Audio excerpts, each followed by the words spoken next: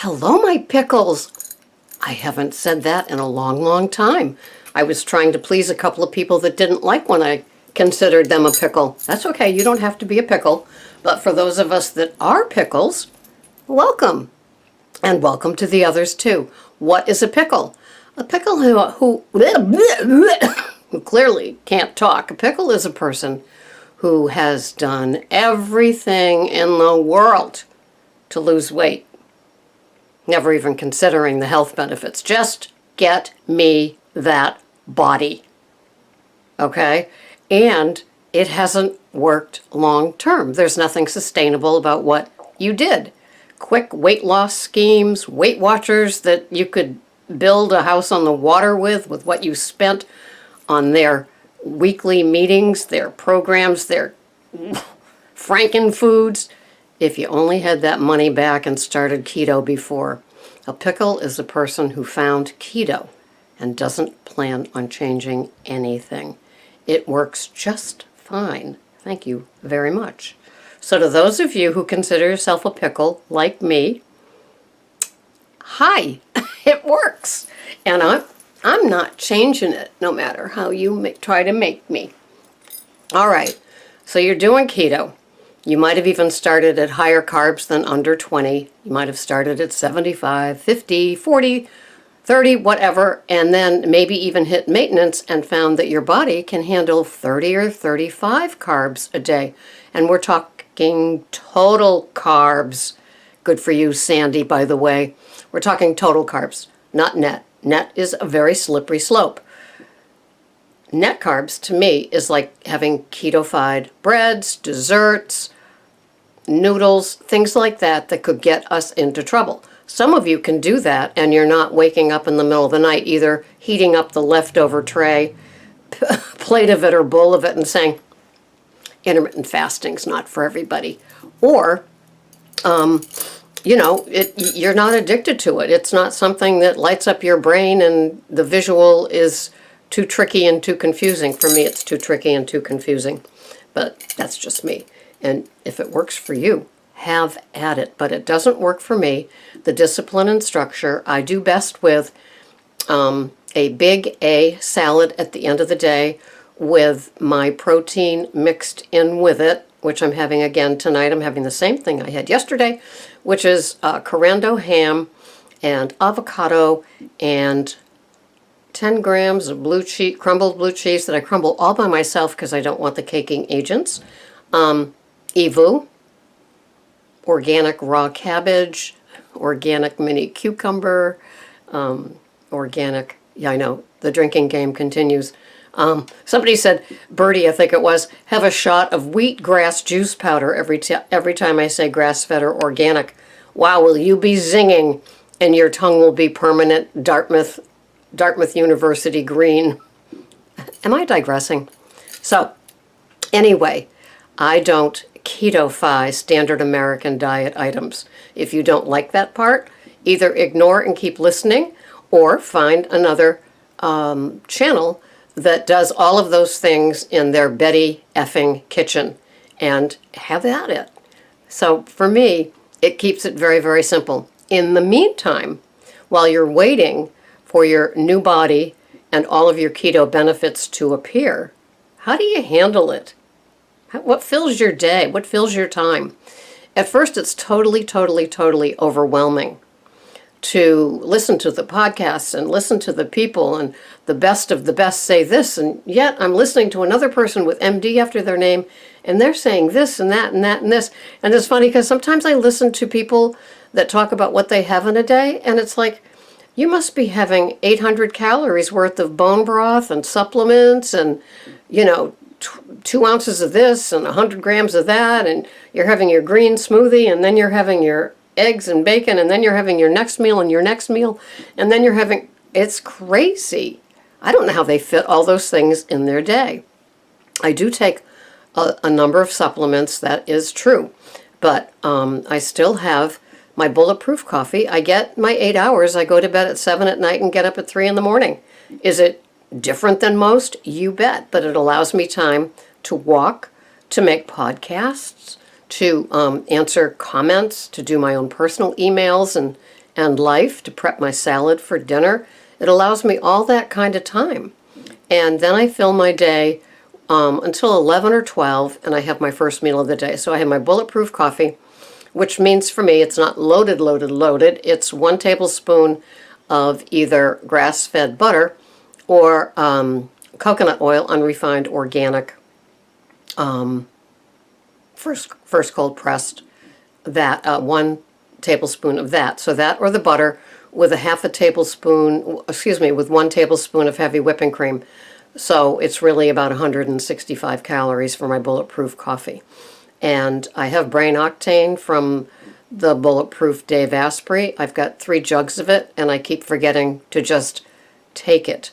That too is 100 calories per tablespoon, but I love the flavor of butter and also coconut oil, so it's like, well, where would I put that? So then I start getting into the heavy, fatty bulletproof coffee, which I'd rather eat my calories, you know. And I pay attention to my calories as well as my carbs under 20. My first meal of the day is between 11 and 12, so as you can see, I have 8 fully awoken hours before I dive in and have my first bite of something. And at that time, I take most of my supplements. I take my Dr. Price electrolyte and electrolyte package, that Lickamade package, and I'll have my first meal of the day. And then in the next 3 to 4 hours, I'll have my final meal of the day. So I have two kind of substantial meals. My calories really haven't topped 1,400 in a long, long time, although I have gone up to 1,600 in a day. But I just fill it with the healthy fats, the carbs under 20, good healthy greens, and make sure I get enough of them. And I'm happy. The organic eggs, it seems to be full. And when the scale says the same thing, when I weigh in 2 times a week, I figure, hey, heck, I'm at my set point, I'm at maintenance, this is how it rolls. That doesn't mean I go and celebrate with a naughty. It doesn't. My full truth disclosure is that I do go to have movie theater popcorn and watch a movie at the movie theater once every few months, and I bring my own Kerrygold or Organic Valley pasture-raised butter to put on it in one of my little glass containers from Amazon. So that's how I roll. In the meantime, I read tons of articles and books. I watch tons and tons of podcasts, both peers and professionals. I try to stay on the cutting edge of what's new. Sometimes I bring funny little obscure down the dirt road of interesting items to this keto mix of food and what I eat in a day, what I take for supplements, how I do my day. I try to bring a little wisdom from my almost 67 years worth of experience of being an addict and a recovering alcoholic. One and the same. It's whack-a-mole for me. You know, I can't eat, I can't drink, well, I'll shop. I can't shop, I can't eat, well, I'll drink. All those sort of things for decades. I'll sell my car, I'll buy another house. You know, I'll trade up, I'll trade down, I'll go buy another bed set. If any of you can identify, let me see if there's any hands up out there. Oh yeah, there's a few. So you know what I'm talking about.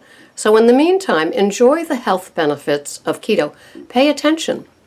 One woman was commenting today as I was reading, and she has been discovering that she had a little bit of a keto rash.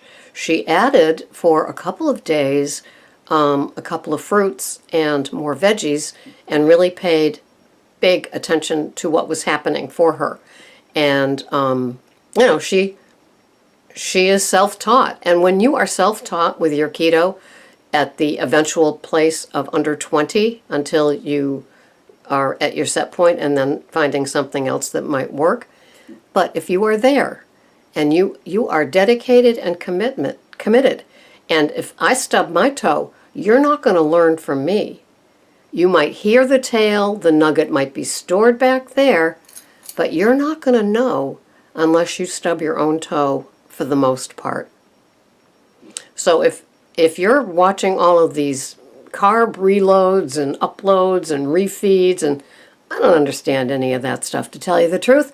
That's how simple I keep it. You know, on Saturdays I have more vegetables than the rest of the days because they come from the big green egg with our steak. And so, you know, am I sweating it? No, I'm enjoying every bite. I am. I love veggies, and I would probably have more if I could get away with it. But right now, just adding my Swiss chard underneath my egg dish for the first meal, and my big A salad at night, I'm totally happy. I am a pickle-fied, keto-loving kind of gal, and it all works for me. I don't debate, I don't whine, I don't stamp my feet. I don't hang out on keto porn sites. What's a keto porn site? 7-layer keto cakes or something like that. I don't dance with the devil because I could be sucked in. I could begin to think, you're at maintenance, why can't you have me? Because there's no me, there's me's, items. And, you know, what am I going to do? Make one of those desserts, have one bite, and then throw the rest out? No, I don't have that kind of food budget. I'd rather spend it on heavy whipping cream and butter, thank you very much. So, in the meantime, for me, I try to get educated every chance I can get. I try to watch, right now I just started a Netflix called Sugar Coated that somebody recommended. I think I hear Dr. David Ludwig narrating it. I might have watched it before, but yeah, he's talking about how much sugar we have here and in the UK, probably in Canada as well, how dangerous it is, what it does to our system. You know, when we have our blinders on, nobody can be more in denial than somebody with food issues. Take it from me. Or nobody is more in denial about food issues than I was. And so that's why I try to stay on the edge of the things that are happening. This he's new to me, Dr. Stephen Gundry, because of his book that's come out. He seems rather provocative, and so I recommend you watch a couple of his podcasts just to hear what I'm hearing. It's very, very interesting. I haven't gotten to conclusions yet. I'm just listening to enough of them to know that if your taste of keto wasn't confusing enough, just add his takes on different vegetables and nightshades and sugars and all these kind of things. He's kind of fascinating. He is I believe, cardiologist. So I first saw him on Dr. Oz. Now I've partially watched a few of his podcasts. So it's never ending for me. That's my in the meantime. In the meantime, I don't let myself get bored. I put on another podcast, or I go YouTube searching and just kind of follow people that I've never listened to before just to see if they have what I want, and then I'll hit subscribe. Sometimes I watch some keto people for amusement. Sometimes I watch because they got it, sister, and I want what they got, so I watch what they do. And it's just a journey for me. It is a delightful journey. Who knew that semi-retirement could be filled with just a keto lifestyle? I'm not totally obsessed with it. I will have other conversations besides keto lifestyle and food, but not that much. Because I am who I am. Have a wonderful day. This has been Sarah, Pearls of Wisdom and Food with Keto Under 20. Living the dream. Bye-bye for now.